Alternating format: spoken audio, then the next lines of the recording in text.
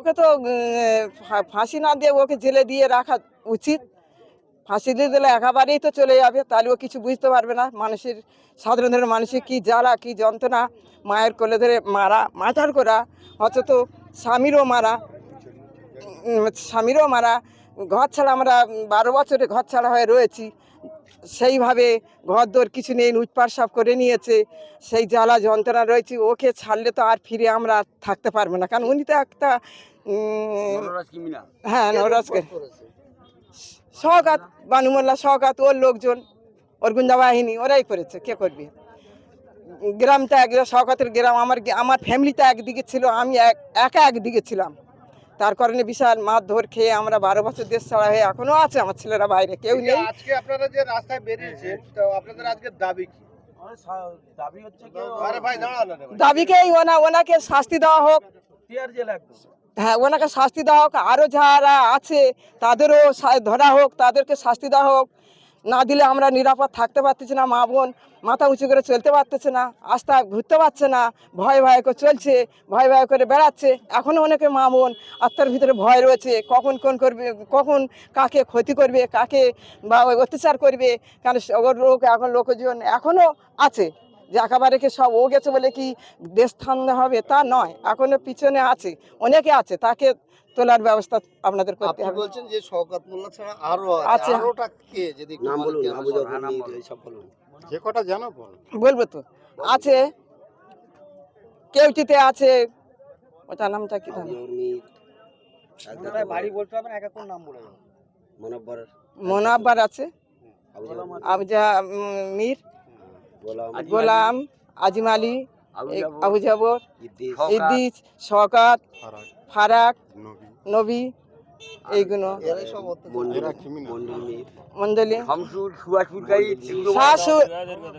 সুভাষপুর কাই। আজকে আপনারা র্যালি করতে বেরিয়েছেন, কিভাবে পাচ্ছেন?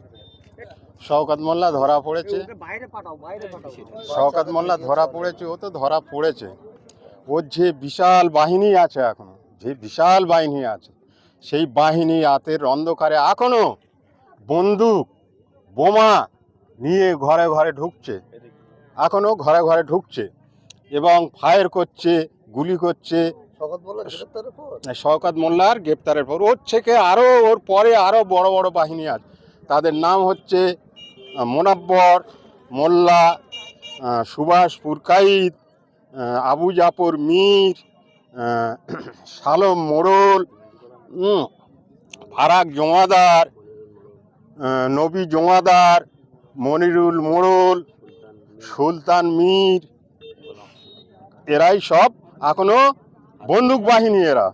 আর প্রচুর মেশিন, মৌখালি প্রচুর অগ্নি মেশিন আছে, বন্দুক আছে, প্রচুর আছে। এগুলো আমরা অনুরোধ করছি প্রশাসনকে, যাতে তাড়াতাড়ি তোলা হোক, এই আসামিগুলো তোলা হোক, না তো এর পরে আমরা বৃহৎ আন্দোলন করব।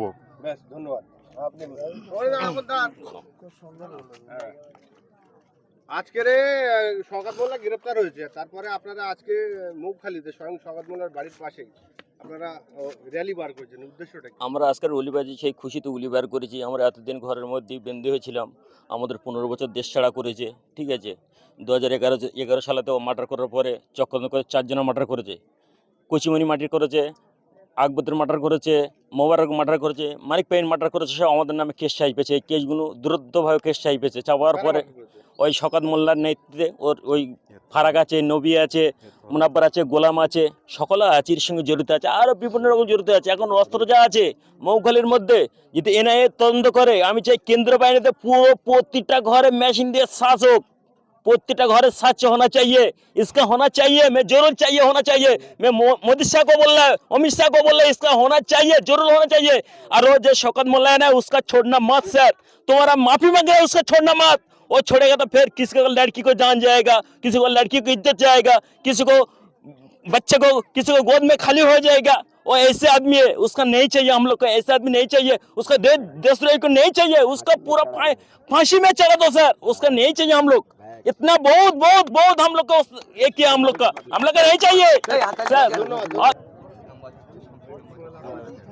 কি বলবেন? কালকে শওকত মোল্লা গ্রেপ্তার হলো আর আজকে আপনারা পাড়ায় হোল্লার করছেন। কালকের হচ্ছে কি শওকত মোল্লা গ্রেপ্তার হয়েছে, আরও হচ্ছে কি কয়েকজন দুষ্কৃতী আছে শওকত মোল্লার অনুগামী যারা, মানে আতিম আলী শেখ, কায়েম শেখ, মোনাব্বর মোল্লা, গোলাম মোল্লা, ইদ্রিস মোড়ল, সুলতান মীর, হচ্ছে সুভাষ পুরকাইত বা আরও সুভাষ পুরকাইত ভাইরা অনেকে, এরা সবাই হচ্ছে গিয়ে ইদ্রিস মোড়ল থেকে শুরু করে সবাই মোটামুটি আমাদের উপরে আরও এখনও গুলিগোলা চালাবার পরিস্থিতি নিচ্ছে।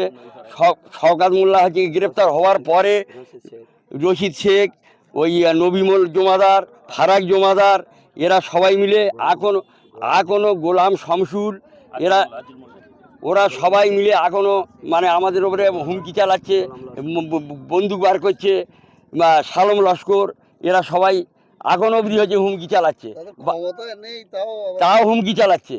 অথচ হচ্ছে এই ফিজারি খাল, মানে হাজার হাজার বিঘে সম্পত্তি সুভাষ পুরকাইত, মোনাব্বর মোল্লা, আতিম আলী, আবু জাফর, এদের নেতৃত্বে যত সব জায়গা জমি সব বিক্রি করে নেছে।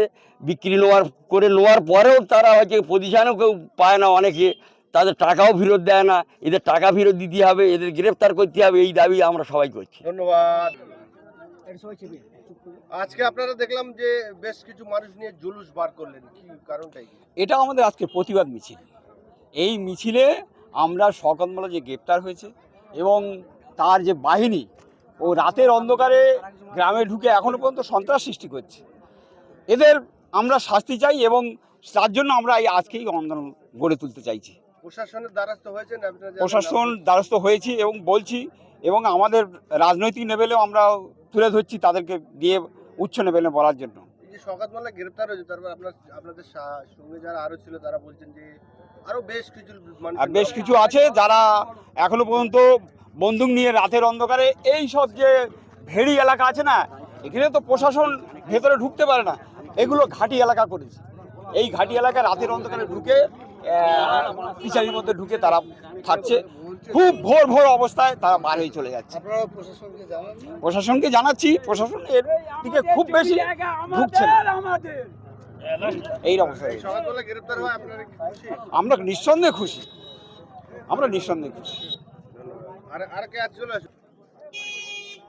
এই যে শওকত মোল্লা গ্রেপ্তার হয়েছে গতকাল, তারপরেও ভয়ভীতি সৃষ্টি করছে, কি এমন অভিযোগ মৌখালি, কি বলবো? অবশ্যই এখানে শুধু শওকত মোল্লা তো বিষয়টা নয়। শওকত মোল্লার সম্পর্কে এটা যেমন আগে থেকে আমরা মাতৃগর্ভে থেকেই শওকত মোল্লার সম্পর্কে তার যে গুন্ডারাজ সেটা এই মৌখালির বুকে চলছে। সেই সম্পর্কে এখনও শওকত মোল্লা আগামীকাল এনআইএর হাতে গ্রেপ্তার হওয়ার পরেও বর্তমানে তার নেতৃত্বে যারা রয়েছে, আবু জাফর, আতিম আলী, মনিরুল থেকে আরও যারা নেতৃত্বে রয়েছে সেই নেতৃত্বের আওতায় এসে এখন অবধি সাধারণ মানুষ তাদেরকে ভয়ভীত করা হচ্ছে। এই রাতের অন্ধকারে তাদেরকে অস্ত্র দেখিয়ে, বন্দুক দেখিয়ে তাদের মারধরের অভিযোগ, এমনকি ভয় দেখানো, প্রাণে মেরে ফেলার হুমকি ক্রমাগত চলছে। আমরা দলের নেতৃত্ব থেকে আমরা অনুরোধ জানাচ্ছি, সরকারের কাছে আমরা কৃতজ্ঞ থাকব যদি তারা আমাদের এই বিচারটাকে নিয়ে তারা যদি একটু গুরুত্ব দেয়। আমাদের এই আশা আমরা বলবো যাতে সাধারণ মানুষ এই মৌখালির বুকে তারা আবার স্বচক্ষে বাঁচতে পারে, তারা স্বাধীনভাবে মাথা তুলে বাঁচতে পারে, এবং এই যে হাজার হাজার বিঘের সম্পত্তি তারা লুট করে খাচ্ছে, জোর করে তারা দখল করে রয়েছে,